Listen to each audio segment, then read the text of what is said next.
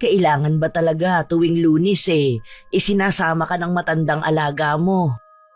Kasama po yun sa trabaho ko bilang caregiver Nasa kontrata ko po yun. Sa bagay nga, kaya lang wala ka na kasing day off Sa gabi ka na lang namin nakakasama. Hindi ko na po iniisip kung may day off ako. Ang mahalaga po sa akin, malaki ang naiuwi ko tuwing araw ng sahod. Pasensya ka na anak ha. Ikaw na ang umako sa responsibilidad ng pamilya natin mula nang iwan tayo ng ama nyo at sumama sa ibang babae. Huwag na po natin pag-usapan ng itay. Mula nang iwan po niya tayo, para sa akin, matagal na siyang patay. Sa kabila ng ginawa niya, ayoko pa rin na magtanim kayo ng sama ng loob sa kanya. Tatay niyo pa rin siya. Tatay lang po namin siya sa papel, pero hindi sa tunay na kahulugan ng pagiging ama. Maiba nga pala ako. Bayaran na kasi bukas ng tuition fee ng kapatid mo. Huwag po kayo mag-aalala. May nakatabi na po sa drawer. Kunin niyo na lang po. Alam niyo naman kung nasaan. Pasensya ka na anak ha. Ewan ko ba sa kapatid mo kung bakit sa private school pa gusto mag-aral. Pwede naman sa mga university na libre Hayaan na lang po natin. Matataas naman po ang grades niya, talagang nag-aaral siya mabuti. Nahihiya lang kasi ako sa'yo. Ikaw nga, hindi mo tinapos ang pag-aaral mo. Meron ka pang kapatid na nag-aaral sa high school. Ito pang upa ng bahay natin. Pagkain pa natin. Lahat na, sinagot mo. Hindi naman po ako nagreklamo kaya nga po nagtatrabaho para matugunan ang mga kailangan natin. Baka kasi mapabayaan mo na ang sarili mo. Nabibili mo pa ba ang mga gusto mo? Oo naman po. Ito nga po, bumili ako ng 2 lipstick. Tig-isa po tayo. Hindi pwede na ako lang ang maganda. Ang ganda nito, nak. Mamahalin ito Naku, nakakahiya naman na magkukolorete pa ako sa tanda kong ito. Wala naman akong asawa. Baka isipin ng mga tao lumalandi pa ako sa edad kong ito. Huwag niyo po silang intindihin, Nay. Ang importante po, wala naman akong inaapakan tao. Itatago ko ito. Kapag may okasyon ko lang gagamitin para hindi agad maubos. Pwede niyo po yan gamitin kahit araw-araw pa. Bibilihan ko na lang po kayo ulit kapag naubos. Tsaka po, gamitin niyo yung mga damit na binili ko Huwag niyo lang po itatago. Sige, isusuot ko kapag nagsimba ako sa linggo. Susuotin ko yung bestida na bulaklaki na binili mo at gagamitin ko itong lipstick. Sigurado pong bagay sa inyo yon. Paano po? Aalis na po ako. Bukas na lang po ulit tayo magkwentuhan. Mag-iingat ka sa pupuntahan nyo, nak Tawagan mo ko o kahit sino sa mga kapatid mo kapag may problema. Opo, Nay. Huwag po kayong magpapakapagod dito Totoong caregiver ng isang matandang babae ang trabaho ko. Panglima ko ng hanap buhay to mula nang iwan kami ng aming ama. Akala ni na inay malaki lang ang sahod ko. Kaya ako natutugunan ng mga pangangailangan nila. Wala silang kaalam-alam sa lihim na itinatago ko. Hello, Han. Ang aga mo namang dumating. Malapit lang kasi dito yung lugar kung saan kami nag-meeting. Kaya tumuloy na ako dito pagkatapos. Gusto mo nang maiinom? Hindi pa kasi luto ang sinalang ko Ayos lang yun. Hindi pa naman ako nagugutom. Ipagtitimpla na lang kita ng juice. Bubuksan ko na rin ang TV para manood ka muna habang nagluluto ako. Dito na lang ako sa kusina. Panonoorin na lang kita sa ginagawa mo. Kumusta palang araw mo? Tulad pa rin ng dati. Pagod araw-araw. Tapos pagdating mo sa bahay, bubungangaan ka pa. Hindi pa rin pala nagbabago ang asawa mo. Ito ang juice mo. Salamat, Han. Kaya ako lang naman siya pinakikisamahan dahil sa mga anak namin. Hindi kaya siya nagdududa na may kabit ka? Hanggang hinala lang naman siya. Wala siyang magiging ebidensya. Hindi ko pa rin maiwasan na kabahan. Baka kasi bigla na lang niya akong sugurin dito. Sa bahay namin o kaya sa trabaho ko. Ngayon ka pa ba kakabahan 3 taon na ang relasyon natin? Huwag na nga nating pag-usapan ng asawa mo. Gusto ko tungkol lang sa atin ang pag-usapan natin. Oo naman, kaya nga nandito ako, para kahit papano, makalimutan ko nagpapasakit sa ulo ko. Pwede na tayong kumain. Wow, parang nagutom ako bigla. Mukhang masarap lahat. Puro paborito mong niluto ko. Gusto ko kasi lagi mong maaalala ang bawat araw na magkasama tayo. May pamilya si Levi at 3 anak sa asawa niya. Nagkakilala kami nung panahon na nag-uumpisa ng manlamig ang relasyon nila. Ako ang lagi niyang sinasabihan ng mga problema niya sa pamilya at trabaho. Tuwing Lunes kami nagkikita sa bahay na kinuha niya. Kumpleto yun sa kagamitan. At meron din kami mga damit doon. Lahat ng gusto ko ibinibigay ni Levi. Siya rin ang sumusuporta sa lahat ng kailangan ng pamilya ko. Para hindi halata ang relasyon namin, nagtatrabaho pa rin ako. Kapag natuloy ang pag-alis ni Maris at ng mga bata, mapapadalas na ang pagkikita natin. Talaga? Saan naman ang punta nila? Gusto kasi makita ng mga bata ang kanilang lolo at lola, kaya buong bakasyon ay doon muna sila. Gusto nga nila akong sumama pero sabi ko busy ako sa trabaho. Mabuti kahit madalas kayong nag-aaway ng asawa mo, hindi galit sa'yo mga anak mo. Hanggat maaari kasi, hindi namin ipinapakita ni Maris na nag-aaway kami sa harapan nila. Tsaka kahit kailan, hindi ako siniraan ng asawa ko sa mga anak namin. Mabait naman pala ang asawa mo. Mabuti naman siya nung unang mga taon ng pagsasama namin. Hanggang unti-unti siya nagbago. Naging sobrang selosa at lagi na lang akong inaaway ng walang dahilan. Iyon ba ang dahilan kung bakit nawala ang pagmamahal mo sa kanya? Ang totoo niyan wala naman talaga akong pagmamahal sa kanya. Pinagkasundo lang kasi kami ng mga magulang namin noon. Uso pa pala yan sa mga mapepera. Oo naman. Minsan, sumasagi sa isip ko kung halimbawa isang araw magising na lang ako na iniwan mo na ako. Hindi ko alam kung paanong paghahandaan yun. Hindi mo naman kailangang paghandaan yan dahil hindi naman kita iiwan. May plano ka bang seryosohin ang relasyon natin? Seryoso naman ako sa iyo. Hindi ba halata? Ang ibig kong sabihin, yung hindi na natin kailangang itago ang relasyon natin, yun bang pwede tayong lumabas na magkasama, hindi yung lagi nilang patago ang pagkikita natin? Darating din tayo dyan. Sa ngayon, magtiis muna tayo sa pagkikita natin ng patago. Iniisip ko rin kasi ang kapakanan ng mga bata Ayoko na mawalan sila ng respeto sa akin oras na malaman nila. Aasahan ko ang sinabi mong yan. Ako ang nag-aalala. Baka kasi magsawa ka ng maghintay sa akin Baka makahanap ka na ng iba na mas bata kaysa sa akin. Hindi yun mangyayari. Hindi ko nga pinapansin ang mga nagpapalipad hangin sa akin Dahil ikaw lang ang mahal ko at wala na akong gugustuhin na makasama. Thank you, Han.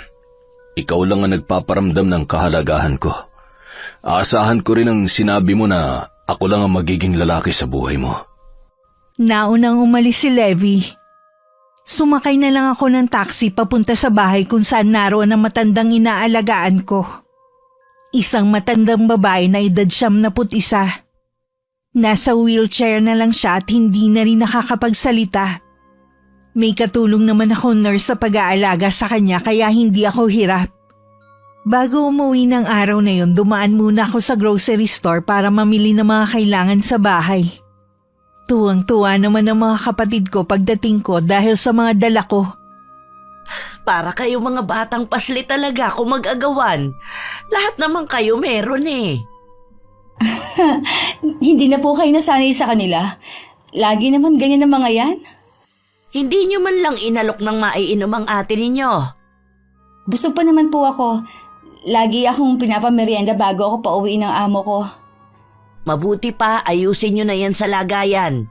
Yung baon nyo sa eskwela ha, huwag nyong kainin. Hanggang kailan na lang po ang pasok nila, Nay? Si Lay, matagal pa ang sem break. Yung dalawa, 1 linggo na lang. Makakapahinga ka na sa baon. Kahit naman po walang pasok hingi pa rin sila ng hingi ng pera. Oo nga eh. Ay, napakagastos talaga ng mga kapatid mo.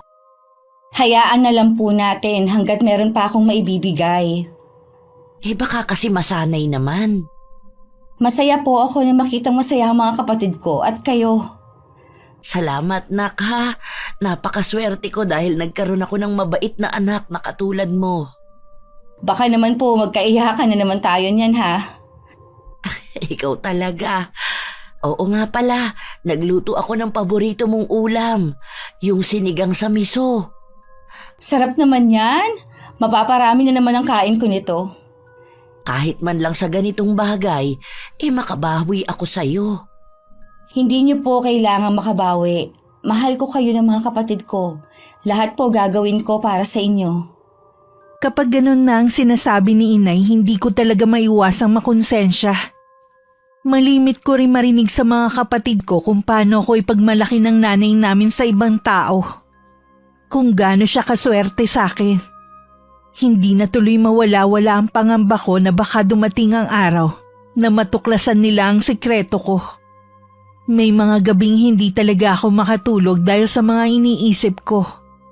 Ang ginagawa ko, nagtitimpla ko ng gatas. Katulad ng gabing yon, naabutan ko pa ang inay sa sala na nananahi. Nay, bakit hindi pa po kayo natutulog? Hindi pa kasi ako inaantok eh. Ganun ka rin ba, iha? Kwentuhan muna tayo. Sige po, ano naman po ang pagkakwentuhan natin? Tungkol sa tatay ninyo. Hanggang ngayon po ba hindi niyo pa rin siya kinakalimutan? Hindi ganon kadali yon, anak. Kasal kami ng tatay nyo at nangako sa harapan ng Diyos. Pangakong hindi niya tinupad. Alam ko na matindi ang galit mo sa kanya, pero ayoko na habang buhay na manatili ang puot dyan sa puso mo. Palagay ko, yan ang dahilan kung bakit hindi mo magawang tumanggap ng manliligaw. Hindi po yun ang dahilan. Mas gusto ko lang po na kayong i-priority ko. Pwede mo naman pagsabayin eh. Katulad ni Benjo, matagal na siya nagsabi na aakyat ng ligaw sa'yo. Pakisabi na lang po na sa iba na lang siya manligaw. Hindi kamo ako interesado sa kanya. Bakit ayaw mo sa kanya? Mabait naman yung tao at may matatag ng trabaho. Ni minsan din, hindi ko nabalitaan na nasangkot sa gulo.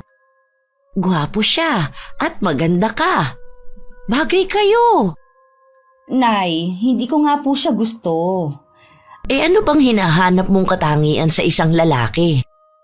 Wala po, ayoko pa lang pong tumanggap ng manliligaw ngayon. Sigurado ka ba na wala ka pang boyfriend? Baka naman nahihiya ka lang magsabi. Si nanay talaga.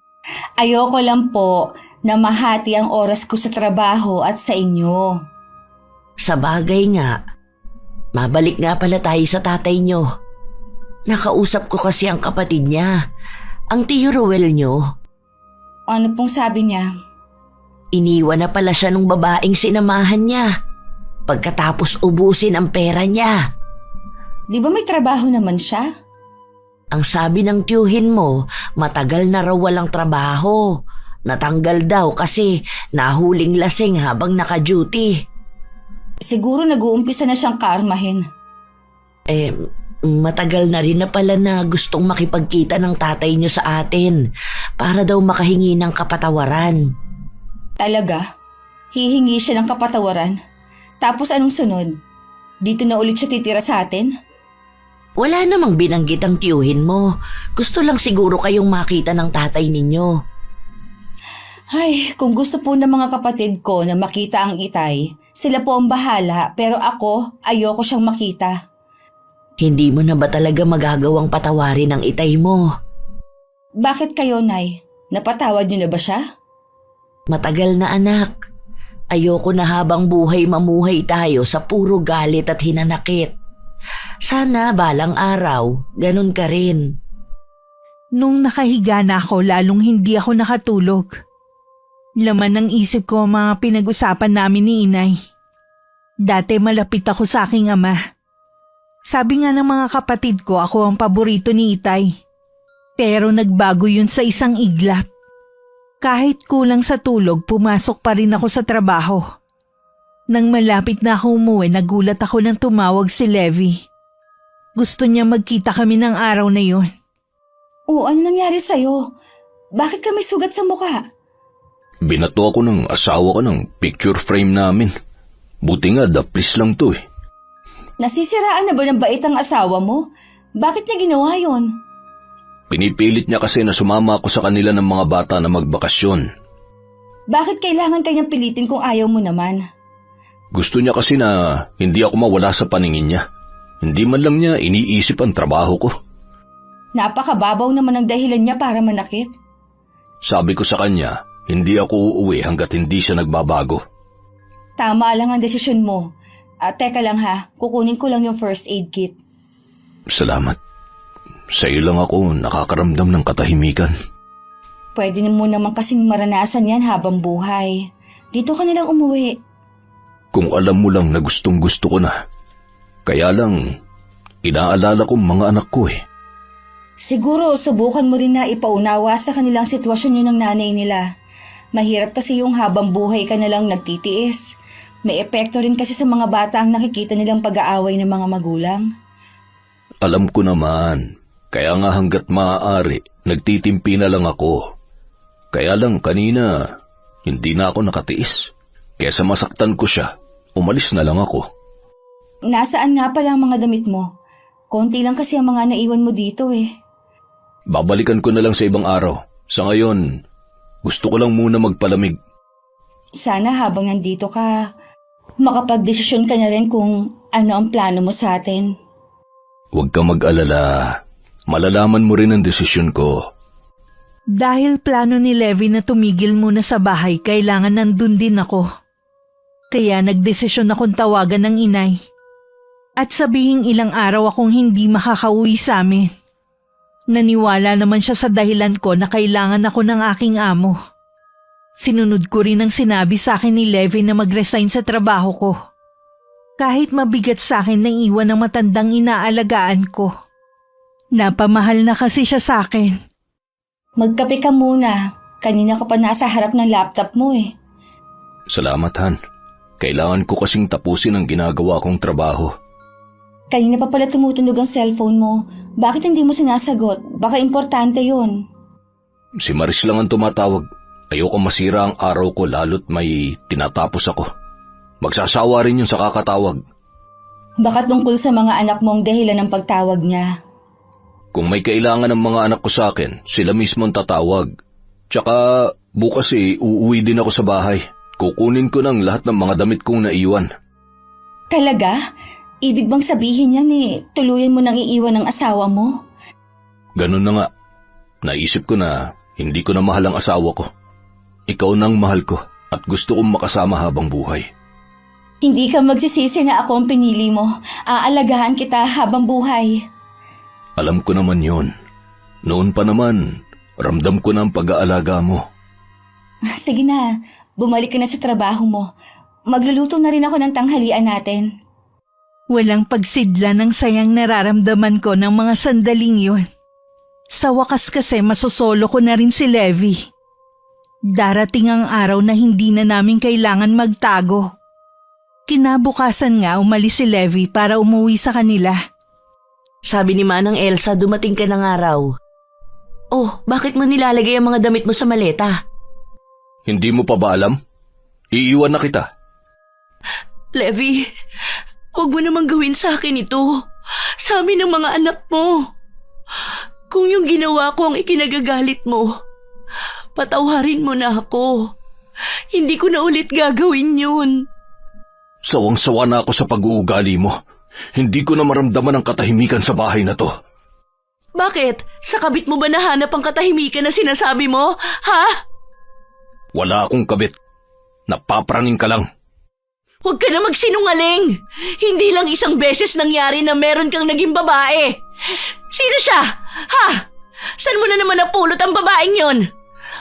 Mas bata ba at mas maganda kaysa sa mga nauna? Sumagot ka! Wala akong aaminin dahil wala akong kabit. Iiwan kita dahil sa ugali mo. Kahit sino hindi tatagal sa'yo. Hindi ako naniniwala sa mga dahilan mo. Bakit mo ba ginagawa sa akin to? Ano pa bang kailangan kong gawin para mahalin at irespeto mo ako bilang asawa mo? Wala kang dapat gawin. Mas mabuti na maghiwalay na lang tayo kaysa naman lagi tayo nag-aaway. Gagawin ko to para sa mga anak natin. Ayoko na pati sila madamay sa away natin. Huwag mo nang idahilan ng mga anak natin. Kaya mo kami gustong iwan dahil sa babae mo. Bahala ka kung yan ang gusto mong paniwalaan. Huwag mo akong tatalikuran. Kinakausap pa kita. Wala na tayong dapat pag-usapan pa. Hindi na magbabagong isip ko. Lahat ginawa ko sa'yo. Binigyan kita ng gwapo at magagandang anak. Nang sabihin mo na gusto mo na tumigil na ako sa trabaho, sinunod kita. Tinalikuran ko ang dati kong buhay, pati mga kaibigan ko. Buong buhay ko, inilaan ko na sa'yo. Tapos ito lang ang mapapala ko sa lahat ng sakripisyo ko? Hayop ka! Patawarin mo ako. Hindi ko gusto na umabot tayo sa ganito. Kaya lang, mahirap naman kung magsasama tayo na wala ng pagmamahalan. Mahal kita, Levi. Ayoko mawala ka sa akin. Huwag mo tong gawin sa amin ng mga bata. Kailangan ka namin. Lagi pa rin akong dadalaw dito. Hindi ko kakalimutan ang mahalagang okasyon. Magiging ama pa rin ako sa mga anak natin. Iba pa rin kapag buo ang pamilya natin. Ano na lang ang sasabihin ng mga magulang natin? Sasabihin natin sa kanila na hindi na tayo nagkakasundo, na hindi na natin mahal ang isa't isa. Total, ikaw naman ang nakaisip niyan. Ikaw ang magpaliwanag sa kanila. Makipagtulungan ka na lang para maayos ng problema natin. Bakit ko gagawin yon? Para bigyan kayo ng pabor ng kabit mo? Hindi ko kayo patatahimikin habang nabubuhay ako. Sinabi nang wala akong kabit.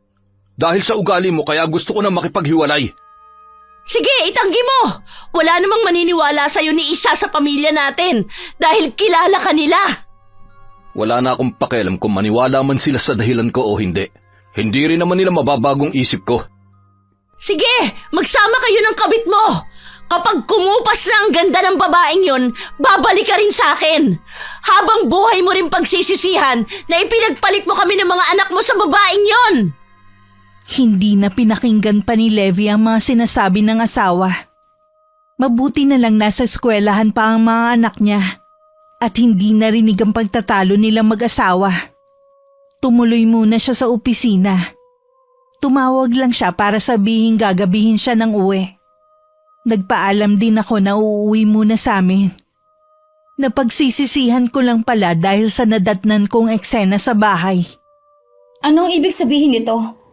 Nay, anong ginagawa na dito?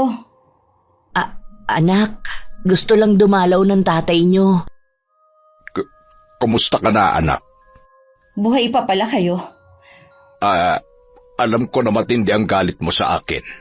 Sana mapatawad mo ako, anak. Huwag na kayong umasa na mapapatawad ko pa kayo.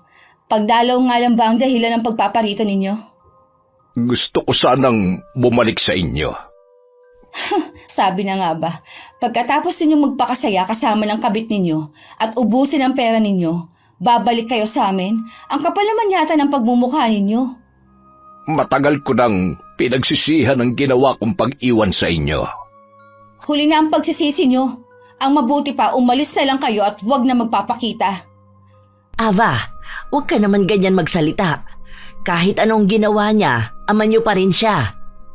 Mula nang iwan niya tayo, tinapos na niya ang pagiging ama niya sa pamilyang to. Hayaan mo sana makabawi ako. Bigyan mo pa ako ng isa pang pagkakataon. Kung kailang kaya ko nang itaguyod ang pamilyang iniwan mo, hindi mo na kailangang bumawi pa. Kahit wala ka, kaya kong ibigay ang pangangailangan ng inay at ng mga kapatid ko. Hindi lang sa pera o material na bagay ko gustong bumawi, kundi sa mga panahon na nawala. Gusto kong ipakita sa inyong labis kong pagsisisi na iniwan ko kayo. Gusto ko rin iparamdam kung gaano ko kayo kamahal. Ava, anak, nakikiusap ako sa'yo. Hayaan mo nang dumalaw dito ang tatay niyo. Bahala na kayo, Nay. Total parang baliwala naman lahat ng ginawa ko sa pamilyang to. Hindi yan totoo, Ava. Ava, bumalik ka! Hayaan na lang muna natin siya. Baka nabigla lang siya na makita ko. Bigyan natin siya ng panahon na makapag-isip. Pareho sila ni Lay na nagtanim ng sama ng loob sa'yo. Mabuti pa itong dalawa. Agad ka nilang natanggap. Nauunawaan ko naman ang mga anak natin. Hindi ako susuko na humingi sa kanila ng kapatawaran sa lahat na naging pagkukulang ko. Dumiretso na lang ako nang uwi sa bahay na tinutuluyan namin ni Levi. Nagagalit pa rin ako dahil sa nadatnan ko sa bahay. Hindi ako makapaniwala na ganun lang kadali kay inay na tanggapin muli ang itay. Sa kabila ng mga ginawa niyang kasalanan. Gabi na nang umuwi si Levi. Nagulat pa ako nang sabihin niyang kumain kami sa labas. Hindi ako makapaniwalang dadalhin niya ako sa mamahaling restaurant. Na nun ko lang mararanasan. Kanina ko pa napapansin na parang malungkot ka. Kanina kasi naabutan ko ang tatay ko sa bahay namin. Ha? Di ba matagal na kayong iniwan ng tatay niyo? Ibig bang sabihin nun, nakikipagbalikan siya sa nanay niyo? Siguro, hindi ko alam kung ano ba talaga ang plano niya. Ayoko kasi siyang kausapin eh. Kahit ano pa man, tatay mo pa rin siya. Pero kung hindi ka pa handa na makipag-ayos sa kanya, naiintindihan naman kita. Huwag na nga natin siya pag-usapan. Ayoko masira ang gabi natin. Ito pa naman ang unang beses na lumabas tayo. Oo nga, nandito na mga in-order natin pagkain. Mukhang masarap lahat. Salamat dinala mo ako dito. Unang beses kong makakain sa ganitong klaseng lugar. Mula ngayon, madalas na tayong kakain sa labas. Kumusta pala ang naging pag-uusap ninyo ng asawa mo? Ayun, hindi niya matanggap ang pakikipaghiwalay ko. Baka guluhin niya tayo niyan. Hindi ka naman niya kilala. Siyempre, mag-iingat pa rin tayo. Ay, naisip ko bigla. Galit na galit ako sa tatay ko. Dahil sumama siya sa kabit niya at iniwan niya kami. Pero hindi nila alam, kumabit din ako. Ang mali lang ng tatay mo, inabandona niya kayo at hindi sinuportahan. Hindi ko naman yun gagawin sa mga anak ko. Yan ang huwag mong gagawin sa mga anak mo. Iparamdam mo pa rin sa kanila ang pagiging ama mo kahit nagsasama na tayo. Kakaiba ka talagang babae, kaya mahal kita eh. May pakialam ka sa nararamdaman ng mga anak ko. Hindi porke pumayag akong maging kabit mo, masama na akong tao. May puso pa rin naman ako. Alam ko. Shit, dito pa talaga. Ha? Bakit? Mabuti pa umalis na lang tayo dito. Sa ibang lugar na lang tayo kumain. Bakit nga? Ano bang problema? Yung bayaw ko nandito kasama ang pamilya niya. Nasaan? Yung lalaking nakapolo na kulay asul. Nakatingin siya sa akin. Noon pa man, mabigat na ang dugo namin sa isa't isa. Ayoko na hanggang dito magkagulo kami. Mabuti nang umiwas na lang. Halika na. Wala akong nagawa kundi ang sumunod na lang kay Levi. Bago lumabas, sumulya pa ako sa bayaw niya. Matalim ang titig niya na nakasunod sa aming dalawa.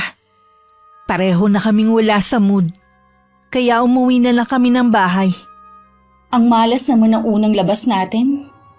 Siguro kung kakain tayo, kailangan sa malayong lugar na. Siguradong makakarating yun sa asawa mo.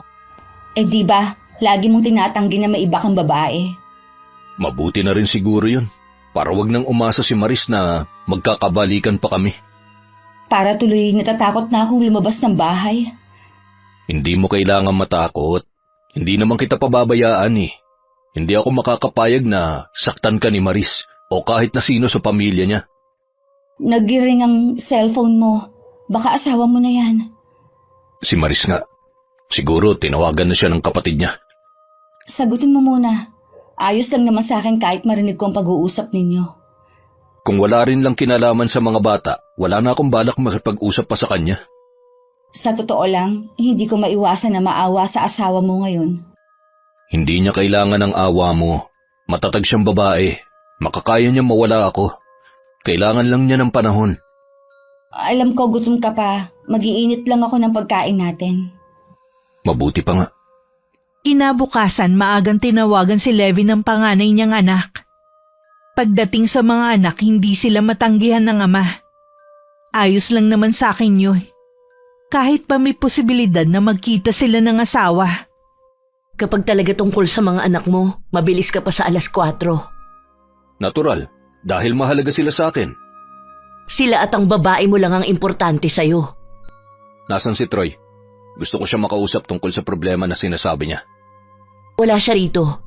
Inutusan ko lang siya na tawagan ka para pumunta ka rito. Bakit kailangan mo pang gamitin ang anak natin? May trabaho ko ngayon. Isinantabi ko muna dahil akala ko may problema ang anak natin. Ayaw mo naman kasing sagutin ang tawag ko. Nagmamatigas ka na makipag-usap sa akin.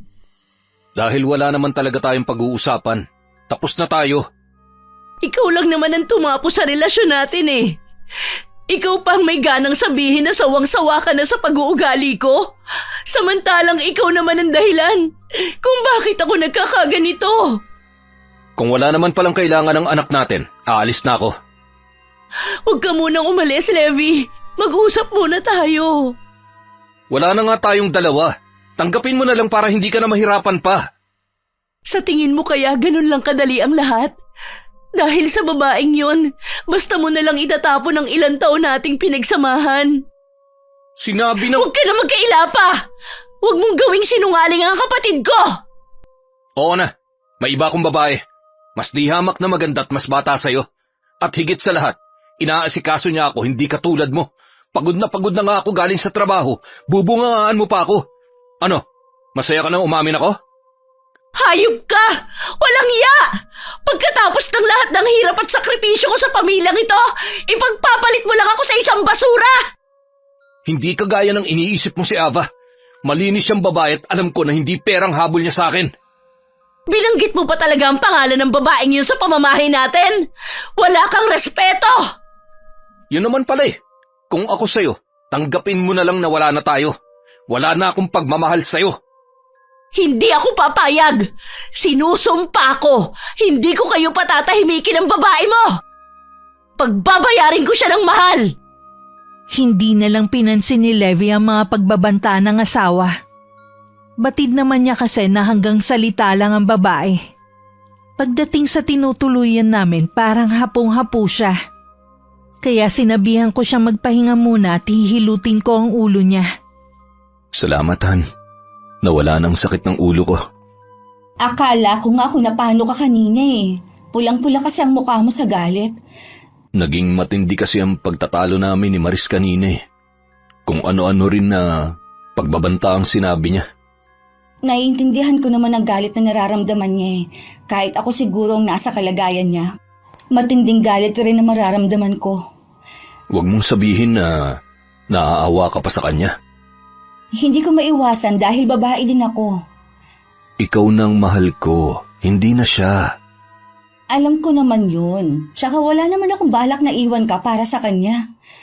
Oo nga pala, ilang araw ako mawawala. May out of town kami ng mga kaopisina ko. Gusto sana kitang isama kaso yung mga kasama ko, kakilala ni Maris eh. Ayos lang. Mag-iingat ka at tawagan mo na lang ako kapag nandun ka na. Sandali lang naman ang 3 araw. Habang wala ako, pwede ka namang umuwi sa inyo para hindi ka mainip dito. Ganun na nga ang gagawin ko. Namimiss ko na rin si nanay at ang mga kapatid ko eh. Bibigyan kita ng pera para may panggastos ka. Meron pa naman ako dyan. Sapat na yun sa panggastos ko. Tanggapin mo na. Para talaga sa'yo yan. Sige, ikaw ang bahala. Nang makaalis si Levi, naghanda lang ako para makauwi na rin sa amin. Namili na rin ako ng mga kailangan nila sa bahay. Hindi ko inaasahan na madadatnan ko na naman sa bahay ang Itay. Sabi ng kapatid ko, doon na ulit siya nakatira. Nagkulong na lang ako sa kwarto para hindi ko siya makita. Ava, pwede bang pumasok? Sige po, Nay. Pasok po kayo. Hindi ka kasi nagtanghalian kanina. Hindi ka ba nagugutom? Wala po akong ganang kumain. Alam ko galit ka sa akin, pero sana maunawaan mo ako. Sabihin niyo nga, Nay. Kahit kailan ba hindi kayo nagalit sa ginawa ng Itay sa atin? Siyempre nagalit. Gabi-gabi akong umiiyak noon at minumura ko talaga siya sa isip ko. Para akong mababaliw noon sa kakaisip. Ang daming tanong sa isip ko. Pero sa huli, napagtanto ko na wala akong pagkukulang dahil naging mabuting asawa ako at mabuting ina ninyo. Ang tatay ninyo ang nagkulang at nakalimot sa sumpaan namin. Paano niyo po siya napatawad? Isinuko ko lang sa Panginoon ang lahat ng sakit at galit na nasa dibdib ko. Hindi madali pero nagawa kong magpatawad. Kaya po ba tinanggap niyo siya ulit dito sa bahay natin? Oo, lahat naman ng tao, may karapatan na bigyan ulit ng pagkakataon na magbago. Walang pinagkaiba ang Itay mo sa kanila. Hindi rin kita minamadali na patawarin siya, pero sana respetuhin mo pa rin siya bilang ama mo. Alang-alang po sa inyo. Hindi ko na po siya pagsasalitaan ng hindi maganda. Pero sana po, huwag niyo munang hingi na patawarin ko siya. Salamat anak. Alam ko na babait ka naman talaga. Nadadala ka lang ng galit mo. Sana kayo ni Lay mapatawad na ang inyong ama sa mga susunod na araw. May iba po pala ako, Nay. Ilang araw po muna ako dito, ha? Oo naman. Hindi mo kailangan magpaalam pa. Bahay mo rin ito. Akala ko kasi nagbago na mula nung nandito si Itay, eh. Walang balak ang Itay mo na panghimasukan ng mga buhay natin. Ang gusto lang niya bumawi sa atin sa ilang taon niyang pagkawala. Mabuti naman po akong ganon. Hindi pa po kasi ako handa na makikialam siya sa buhay natin.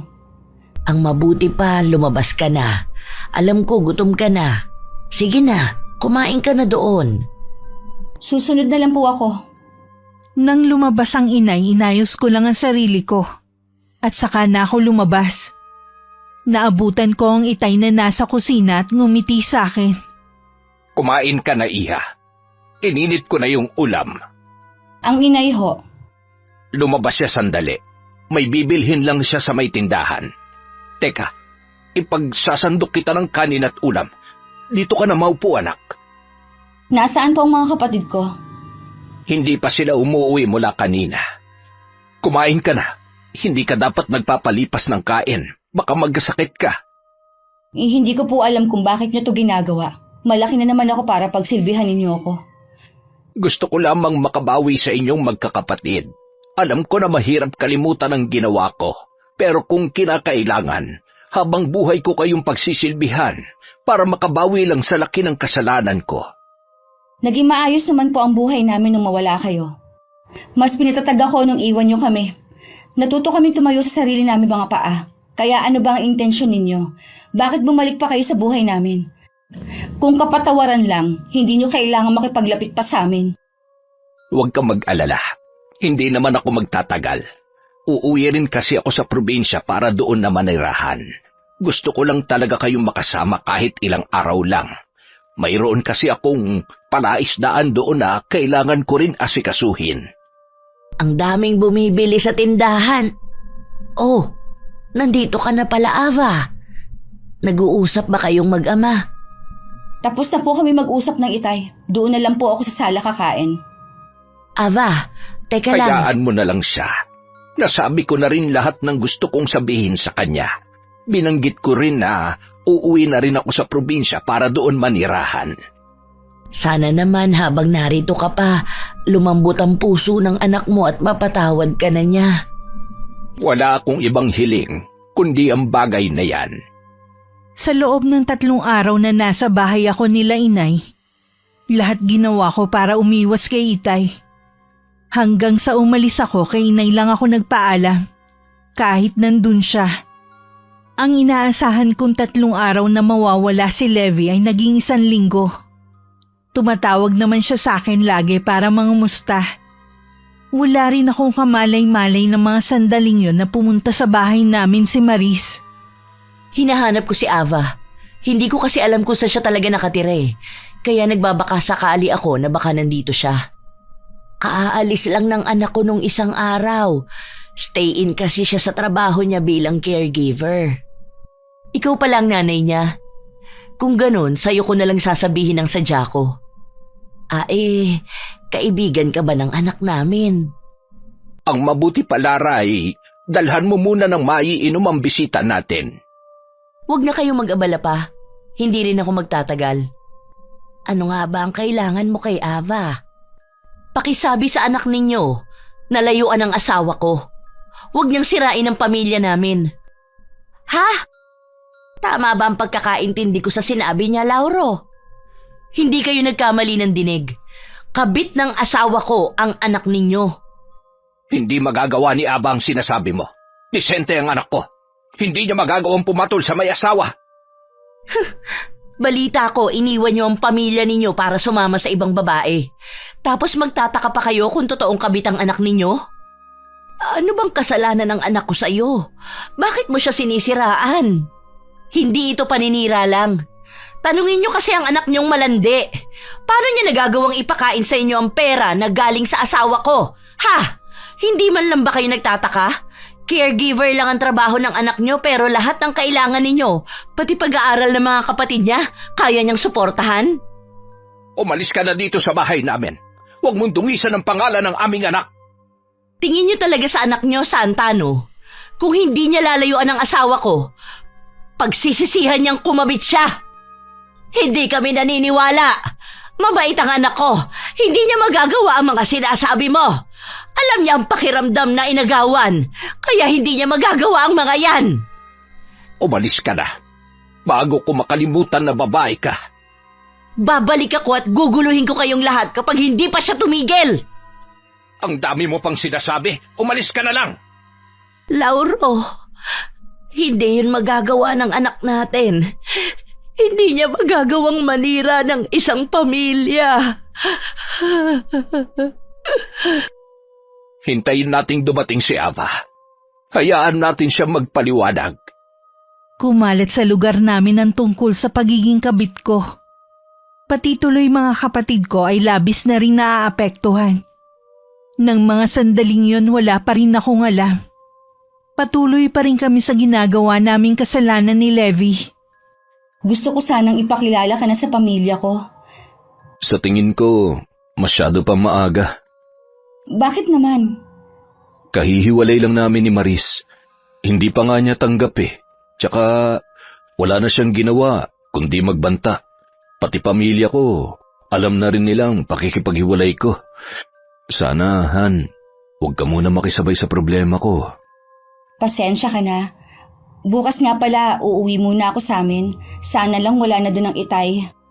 Ilang araw lang naman kamo siya doon, di ba? Malay mo, nakaalis na siya. Ilang araw na kasi akong kinakabahan eh. Tapos, hindi pa sila nagchat-chat sa GC namin. Hindi ko tuloy maiwasan na mag-alala. Ngayon lang kasi nangyari na hindi sila active. Sinubukan mo na ba silang tawagan? Hindi ko rin sila makontak eh. Mabuti pa, puntahan mo na lang sila bukas.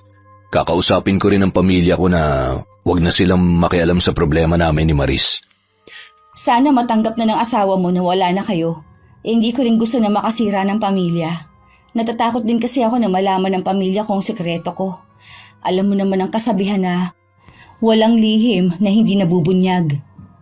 Kung sakali mang makarating sa pamilya mo ang relasyon natin, nasisiguro ko na tanggap na ni Maris na wala na kami at ikaw na ang mahal ko.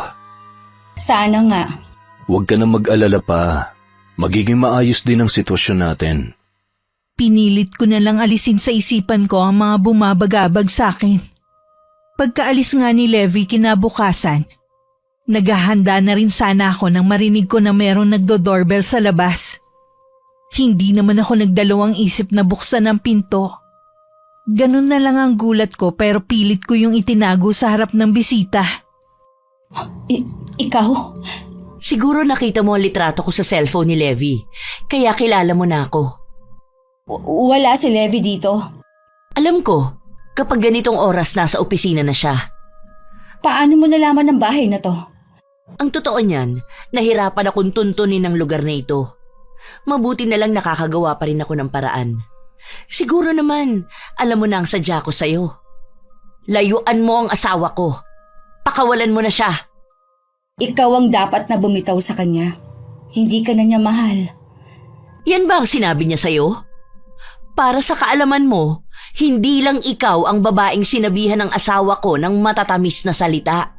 Marami kayo, pero sa huli, sa akin pa rin bumabalik si Levi.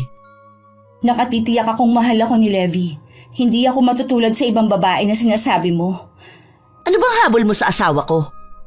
Tingnan mo yung sarili mo. Maganda ka at bata pa. Humanap ka ng kasing edad mo. Kung pera lang ang habol mo, sabihin mo sa akin kung magkano ang kailangan mo. Mahal ko si Levi. Hindi pera niya ang habol ko. Mahal? Sa tingin mo mapapaniwala mo ko na mahal mo ang asawa ko? Hindi ko na problema kung naniniwala ka. Ang importante naman, kami ang nagkakaunawaan. Masaya ka ba na may sinira kang pamilya? Ha? Araw-araw, hinahanap ng mga anak ko ang kanilang ama. Nauubusan na ako ng dahilan sa kanila. Hindi ko masabi na ang ama nila ay may kinalolokohang ibang babae.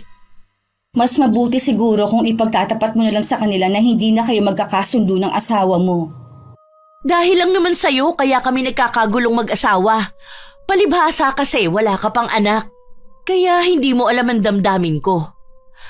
Sana naman, salaminin mo ang paghihirap ng nanay mo nung iwan siya ng tatay niyo nang dahil sa ibang babae. Ganon kasakit ang nararamdaman ko. O baka nga higit pa eh. Patawarin mo ko. Hindi ko kayang iwan si Levi. Kapag nakahanap ng ibang mas bata sa'yo ang asawa ko, iiwan ka rin niya. Maniwala ka, kaya habang hindi ka pa niya sinisira, iwan mo na siya. Hindi ako naniniwala sa'yo. Masama ang loob mo kaya mo yan sinasabi. Kahit anong sabihin mo, hindi ko siya iiwan. Kahit malumuhod ako sa harapan mo, Huwag mo namang pababain ang sarili mo. lahat gagawin ko para mabuo lang ang pamilya namin. Nakikiusap ako. Umalis ka na. Lahat kaya kong gawin. Sabihin mo lang kung anong gusto mo. Wala akong gustong hilingin sa'yo. Umalis ka na lang. Sa lahat na naging babae ni Levi, ikaw ang hindi matinag-tinag. Sana nga, wag mo itong pagsisihan. Kahit galit si Maris, dama ko na mabuti siyang babae. Pero mahal ko na si Levi. Hindi ko kakayanin na mawala siya sa akin.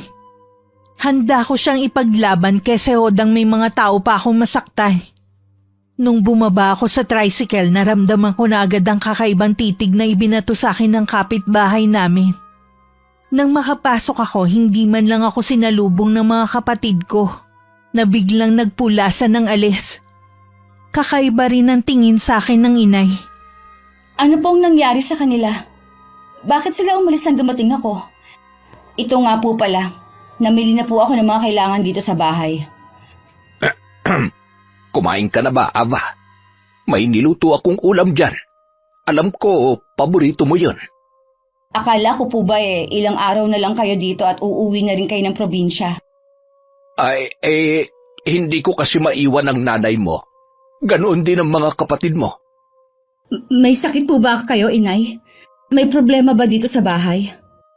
Walang sakit ang inay mo. Wala naman pala. Baka naman dahilan nyo lang para manatili na kayo sa bahay na to. Sinabihan na kita na matuto kang rumespeto sa tatay mo. Inay, bakit parang may iba sa inyo? Akala mo siguro hindi namin malalaman ang sikreto mo. Paano mo naatim na pakainin kami ng perang galing sa masama? Di bali ng araw-araw tayong magdildil ng asin, basta wag mo lang pababain ang sarili mo. Hindi ko po kayo maintindihan, Nay. Alam na namin na isa kang kabit. Paano mo nagawang manira ng isang pamilya, ha? Nasa na ang mga pangaral ko sa'yo? Itinapon mo na lang ba yon ng dahil sa pera? Hayaan niyo po ako magpaliwanag. Ano pa bang ipaliliwanag mo? Maliwanag na ang lahat. Nasilaw ka sa pera, kaya ka pumayag na maging kabit. Mahal ko po si Levi, Nay. Mahal? Ano ka ba, Ava? Ang daming lalaki dyan. Para ka namang mauubusan. Alam ko po na malaking kasalanan ang ginawa ko pero hayaan niyo na ayusin namin to ni Levi. Paano nyo aayusin ang problema kung ikaw mismo ang may gawa?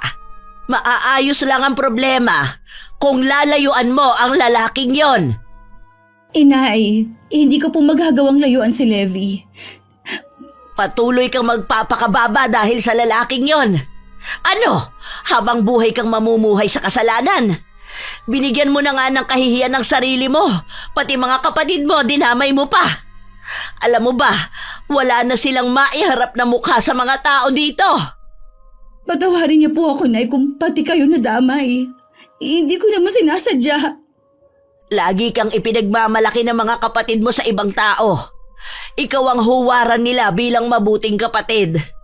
Malaki ang respeto ng mga tao sa iyo rito. Tapos sisirain mo lang. Iwan mo ang lalaking yon. Umuwi ka rito. Huwag mong pababain ang moral mo. Hindi ko po yun magagawa, Nay. Pwes, itinatakwil na kita bilang anak ko. Wala akong anak na isang kabit. Inay! Wag po! Inay! Hayaan mo muna ang inay mo. Masyado lang siyang nasaktan sa nangyari. Halika muna sa kusina. Bakit po ganon? Misa lang ako nagkamali. Itinakwil na ako ng inay. Baliwala ba lahat ng sakripisyo ko? Hindi nila binabaliwala ang mga ginawa mo. Masyado lang silang nasaktan. Patawarin mo rin ako, anak. Walang dapat sisihin kundi ako. Hindi kita nagabayan. Marahil ay dahil na rin sa kakulangan ng pera kaya ka pumayag na maging kabet. Totoo po. Nasasaktan kasi ako na makita na nahihirapan si nanay at mga kapatid ko. Pero kalauna naman po, minahal ko na si Levi. Alam ko na wala ako sa posisyon para payuhan ka o husgahan sa ginawa mo. Bilang ama, sana pakinggan mo ang sasabihin ko. Kahit mabuti pa ang intensyon mo, kung mali naman ang paraan mo, kasalanan pa rin yon. Isipin mo ang mga taong masasaktan ninyo. Ayokong dumating ang panahon na masigit kang masaktan sa bandang huli. Dahil hindi pa rin ako kinakausap ni inay, nagpasya na lang ako umuwi na. Nakiusap din ako kay Itay na wag muna siyang umalis sa bahay namin. Naabutan ko na rin sa tinutuluyan namin si Levi. Siguradong si Marisa nagsabi sa kanila. Nanggaling din siya dito. Iniutusan niya ako na layuan kita. Hindi na ako nagtataka kung paano niya natuntun ang tinitirhan natin. Kilala ko na siya. Kapag may gusto malaman, lahat ginagawa niya. Totoo ba na hindi lang akong naging babae mo? Na lahat sila, iniwan mo din? Oo, pero hindi ako seryoso sa kanila. Ikaw lang ang sineryoso ko ng ganito. Tatagal ba naman ang relasyon natin kung hindi kita mahal? Naniniwala ako sa'yo. Medyo naguguluhan lang ako. Huwag mong intindihin ang sinasabi ng asawa ko. Gusto lang niya na ikaw mismo makipagkalas sa akin. Dahil sa kanya, galit na ang pamilya ko sa akin. Itinakwil na rin ako ng inay dahil ayokong makipaghiwalay sa'yo. Hindi na ako papayag na guluhin ka pa niya. Kakausapin ko siya. Sa tingin ko, hindi mo na siyang makukumbinsi pa. Hayaan na lang natin siya. Wala na rin mawawala pa sa atin. Tama ka. Magsasawa rin siya sa ginagawa niya. Hindi mo ba sasagutin ang tawag sa cellphone mo? Lagi na lang tumutunog kapag nandito ka sa bahay. Si Marisan tumatawag.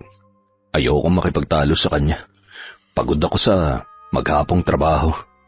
Tingin ko pa naman sa kanya nung una parang mabait. Naku, napakagaling umarte niyan. Huwag ka magpadala sa kabaitan niya. Alam ko na ngayon, mabuti pa magpahinga na tayo. Maaga pa ang pasok mo bukas. Akala ko magiging maayos na ang pagsasama namin ni Levi. Pero madalas pa rin kaming guluhin ng asawa niya.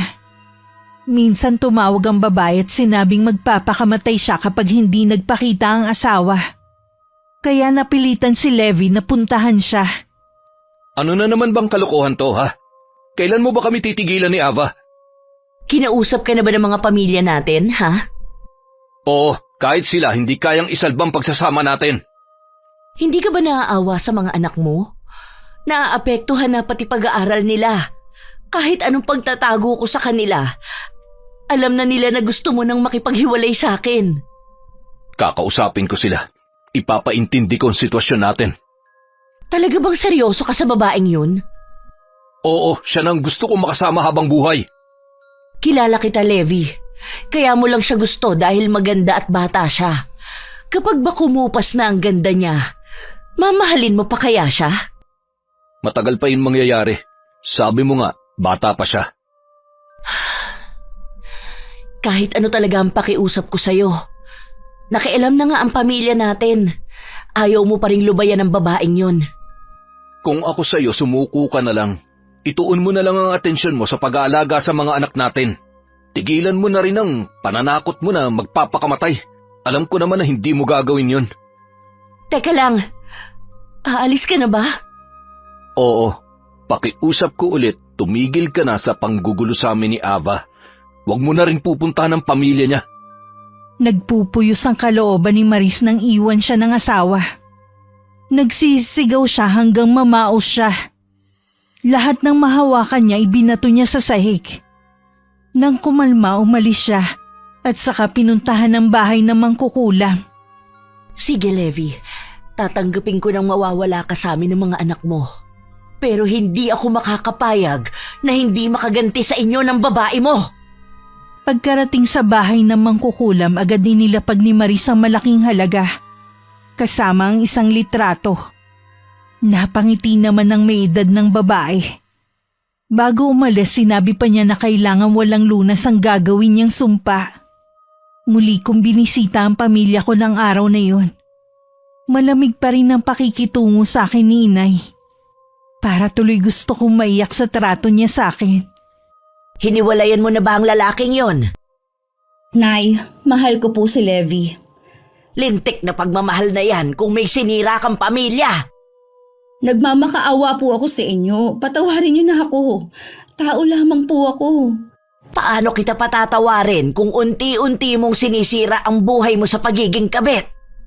Nakipaghiwalay na po si Levi sa asawa niya. Kami na po ang nagsasama ngayon. Nakipaghiwalay siya dahil sa'yo. Sa tingin mo kaya magiging masaya kayo kung may mga tao kayong nasaktan? Gusto mo bang lagi na lang may nakasunod sa'yong nagsasabi na kabit ka? Makakalimutan rin po nila yon kapag nagtagal. Para naman pong hindi nyo kilala ang mga tao. Sa umpisa lang nila pinag-uusapan ng mga issue.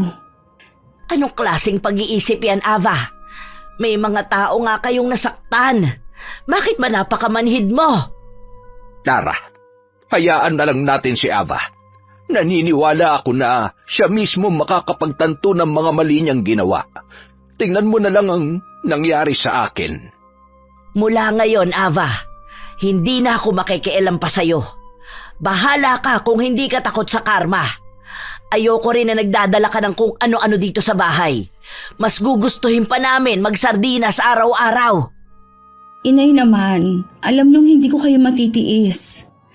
Mas lalong hindi namin masisikmura na galing ang pera na yan sa lalaking yon. Huwag mo nang alalahanin ang inay at kapatid mo dito. Ako na ang bahala sa pangangailangan nila. Salamat po, Tay. Basta lagi mong iingatan ang sarili mo, anak. Maghihintay lang kami sa iyong pag-uwi. Aalis na po ako. Mag-iingat ka sa pag-uwi mo, anak. Ay, tingin ko sumusobra ka na sa anak mo. May damdamin din siya. Bakit?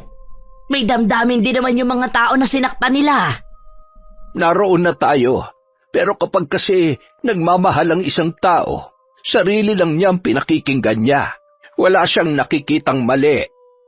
Naiintindihan mo ang anak mo dahil pareho kayo ng pinagdaanan. Oo, sana sa madaling panahon, magising na ang ating anak. Ayoko siyang maging miserable na katulad ko. Malungkot na naman ako umuwi sa tinutuluyan namin. Parang gusto ko nang mawala ng pag-asa na magkakayos pa kami ni Inay. May ilang oras din ako nagmukmukla. Nang makita ko ang oras na malapit nang umuwi si Levi, tsaka ako naghanda ng hapunan. Naligo na rin ako. Pero habang nagpapahid ako ng lotion, may napansin ako na pulang pantal sa balat ko.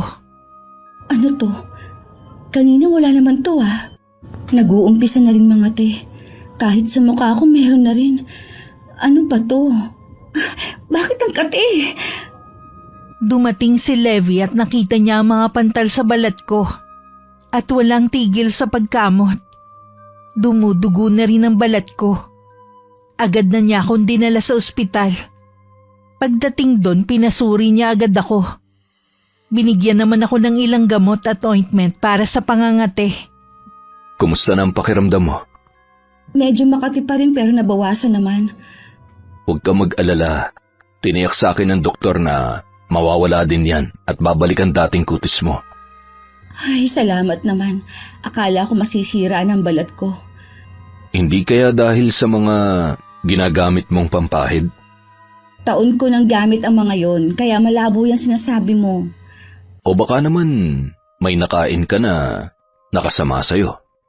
Posible rin, lalo't madalas tayong kumain sa labas. Baka yun ang dahilan. Mag-ingat na lang tayo sa susunod. Baka mamaya mas grabe pa mangyari sa'yo. Makakalabas na ba tayo ngayon? Bukas na kasi may mga lab test ka pang hindi pa lumalabas ang resulta. Levi, dito ko lang sa tabi ko ha. Nakakaramdam kasi ako ng takot.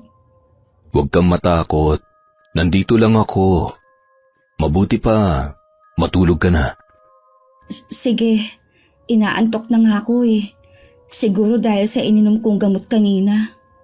Kinabukasan umuwi na rin kami sa tinutuluyan namin. Akala ko dahil meron na akong gamot na iniinom at ointment na ipinapahid sa balat ko, bubuti na ang lagay ko. Parang napansin kong unti-unting kumukulubot ang balat ko na parang sa matanda. Namumuti na rin ang mga buhok ko at naglalagas. Pakiramdam ko rin ang bilis kong mapagod katulad sa isang matanda. Nagpatingin na rin ako pero hindi nila matukoy ang kondisyon ko.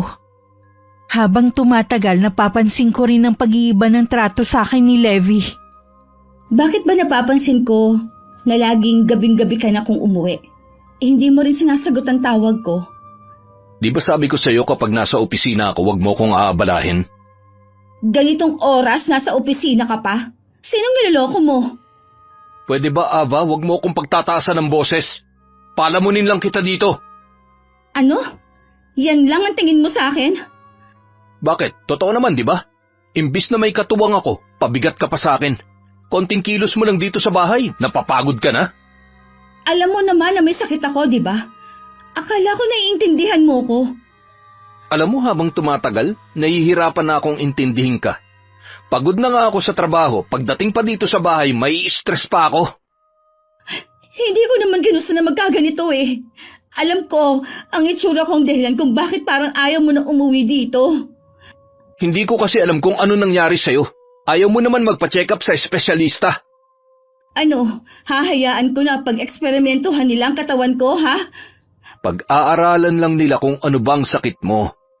Pareho lang yon. Kung ayaw mong gumaling, bahala ka. Huwag ka lang maging pabigat sa akin dahil wala akong plano na mag-alaga ng isang lola. Levi, wag mo naman akong talikuran. Nag-uusap pa tayo. Pagod ako. Gusto ko na magpahinga. Siya nga pala. Dito ako sa kwarto na to matutulog. Doon ka naman sa kabila. Wag mo namang gawin sa akin to. Pag-usapan muna natin ang problema. Wala akong nagawa ng pabagsak na isara ni Levi ang pinto ng kwarto. Kinabukasan naman hindi ko na nagisnan si Levi. Maaga siyang umalis. Wala akong kaalam-alam na muli niyang sinusuyo ang asawa para makipagbalikan sa kanya. Tama ba ang mga narinig ko? Labis ko nang pinagsisisihan ang mga ginawa ko. Sana mapatawad mo pa rin ako. Gusto mo rin kamong makipagbalikan sa akin? Alang-alang sa mga bata, ayusin na natin ang pagsasama natin. Alam ko na galit ka pa rin sa akin. Pero handa akong gawin lahat, mapatawad mo lamang ako. Paano si Ava? Hindi naman kami kasal. Wala siya magagawa kung hihiwalayan ko na siya. Hindi ka ba naaawa sa kanya? Bata pa naman siya. Siguradong makakahanap pa siya ng lalaking magmamahal sa kanya. Hindi ko alam kung kaya pa kitang tanggapin sa buhay namin ng mga anak mo. Para kasing nasanay na ako na wala ka sa tabi namin. Ilang buwan pa lang naman akong hindi umuwi sa inyo. Alam ko na miss nyo na ako. Hindi ako susuko hanggat hindi ko na ibabalik ang tiwala mo at pagmamahal sa akin. Kung kinakailangan, liligawan ulit kita. Ikaw ang bahala, pero huwag kang umasa. Kilala mo ako. Hindi ako ganong kadaling sumuko. Alam ko, pero kilala mo rin ako kapag napuno na at napagod. Nararamdaman kong may itinatago si Levi sa akin. Minsan umuwi siya, pinakialaman ko ang cellphone niya habang nasa banyo siya. Doon ko nabasa ang usapan nila ng kanyang asawa. Sino may sabi sa'yong pakialaman mong cellphone ko, ha? Kaya pala bigla ka na lang nanlambig sa akin. Yun pala, nagkakamabutihan na ulit kayo ng asawa mo. Eh ano ngayon? Asawa ko naman si Maris. Paano ako? Akala ko ba ako na ang mahal mo at hindi na siya? Napag-isip-isip ko na mahal ko pa palang asawa ko. Hindi ko kayang mawala ang pamilya ko sa akin. Bakit mo ko pinaasa? Lahat pala na sinabi ng asawa mo dati totoo. Hindi lang ako ang pinaasa mo. Marami kami. Patawarin mo ako, Ava. Pero tapos na tayo. Babalik na ako sa pamilya ko. Huwag mo akong iwan. Kailangan kita. Mas kailangan ako ng pamilya ko. Mabuti pang bumalik ka na lang din sa pamilya mo. Nagmamakaawa ako sa'yo, Levi. Hindi ko kaya mawala ka sa akin. Mahal na mahal kita. Bitiwan mo ako. Nandidiri ka ba sa akin dahil sa itsura ko? Hindi naman. Sinungaling! Kitang-kita ko sa mga mata mong pandidiri sa akin. Nawala ng kislap na pagnanasa mo sa akin. Alam ko, itsura ko ang dahilan kung bakit gusto mo makipagkalas. Bahala ka kung yan ang gusto mong isipin. Basta tapos na tayo. Hindi na magbabagong isip ko. Hindi ako papayag na basta nalang matatapos ang relasyon natin ng ganito. Mahiya ka nga. Huwag kang umasta na parang ikaw ang legal na asawa. Kabit ka lang naman. Pero nangako ka sa akin. Hindi lahat ng pangako tinutupad. Tanggapin mo na lang na hindi tayo nakatakda para sa isa't isa. Parang sasabog ang dibdib ko sa sobrang sakit na nararamdaman ko. Para ding tukso na bumalik sa alaala ko ang mga sinabi ng inay. Maging ang mga binitiwang salita ni Maris noon. Nagpasya ko na lisanin na ang bahay na yon. Naakala ko magiging pugad ng pagmamahalan namin ni Levi. Habang inaayos ko ang mga gamit ko, biglang dumating si Maris. Tama pala ang sinabi sa akin ni Levi. Dinapuan ka nga raw ng kakaibang sakit. Mas mukha ka na tuloy matanda sa akin. Pasensya ka na. Nagmamadali na kasi ako umalis. Baka kasi dumating na ang taxi na tinawagan ko. Huwag ka mag-alala. Hindi rin naman ako magtatagal. Gusto lang kitang makausap sandali. Kausapin o insultuhin? Ayos lang naman kung pipintasan mo ako ngayon. Totoo naman kasi na malaki na ang pinagbago ng itsura ko. Ang taas kasi ng pangarap mo eh. Akala mo siguro, porket maganda at bata ka, makakabingwit ka na ng mayaman. Tingnan mo tuloy, kinarma ka. Itong tandaan mo, sa umpisa lang nagwawagi ang kabit. Sa huli, ang legal na asawa pa rin ang panalo. Tanggap ko na karma ito sa akin. Alam ko na huli na para humingi ng kapatawaran. Pero sana balang araw, mahanap mo sa puso mo mapatawad ako. Masyadong masakit ang ginawa mo. Baka hindi na kita mapatawad kahit kailan. Ayos lang kung hindi mo ako mapapatawad. Oo nga pala, ito ang susi ng bahay. Mas higit kang may karapatan dito. Dahil ayaw abutin ni Maris ang susi sa kamay ko, nilapag ko na lang yun sa kama. Bago umalis, nilingon ko muna ang buong bahay. Hindi ko maiwasan na mapangiti. Marami na kasing naipon na magandang alaala doon. Nung dumating ang taxi, nagpahatid na ako sa amin. Ang itay lang ang nadatnan ko sa bahay na ipinagtaka ko. Ava, ikaw ba yan? Ako nga po, Itay. Ano nangyari sa'yo? Bakit tumanda kang tingnan? Hindi ko rin po alam kung paano ipaliliwanag kung anong nangyari sa akin. Basta ang alam ko, nagkaroon po ako ng malubhang karamdaman. Sina inay, Wala na sila dito. Umuwi na sila ng probinsya. Ako na lang ang naiwan dito para hintayin ang pagbabalik mo. umuwi na sila. Iniwan na nila ako dito. Hindi, anak. Pinauna ko lang sila doon. Sabi ko, ako na lang ang maghihintay sa pagbabalik mo. Matagal ka nang hinihintay ng inay at ng mga kapatid mo. Paano pa po ako haharap ng ganito ang itsura ko? Kahit ano pa ang itsura mo, mahal ka namin. Ang tingin ko rin ay mayroong kumulam sa'yo. Ho? Sino po kaya ang gagawa nito sa akin? Iisang tao lang naman ang matindi ang galit sa akin. Mahirap mambintang. Ipasa Diyos na lamang natin kung sino man yon. Gagaling pa po kaya ako, tay? May kilala kong manggagamot sa probinsya. Baka matulungan ka niya. Paano po kung hindi ako gumaling? Natatakot po ako na habang buhay na ganito na ang magiging itsura ko. Hindi magbabago ang pagtingin namin sa'yo. Ikaw pa rin ang aking magandang anak. Salamat po, tay. Hinintay niyo ako. Patawarin niyo rin po ako sa mga nasabi ko sa inyo dati. Matagal na kitang pinatawad. Ang mahalaga, bumalik ka na sa amin. Makakapagbagong buhay na tayo sa probinsya. Mamumuhay tayo ng tahimik at masaya. Sana talaga nakinig na lang ako kay inay. Baka hindi nangyari to sa akin. Ang tigas kasi ng ulo ko din eh. Naging huli man, kahit papaano ay pinagsisisihan mo na ang mga ginawa mong kasalanan. Namimiss ko ng mayakap ang inay at mga kapatid ko. Sana hindi na sila galit sa akin. Hindi na. Patagal ka na nilang napatawad. Bukas na bukas din, uuwi na tayo sa probinsya. Hindi man buo ang kaligayahang nararamdaman ko dahil sa aking itsura. Labis pa rin ako nagpapasalamat. Sa wakas kasi natutunan ko ng patawarin ng itay sa mga nagawa niyang kasalanan sa amin. Natutunan ko rin na tanggapin ang mga nagawa kong pagkakamali. Kahit hindi man naging ganap ang paggaling ko, masaya ako na kasama ang pamilya ko.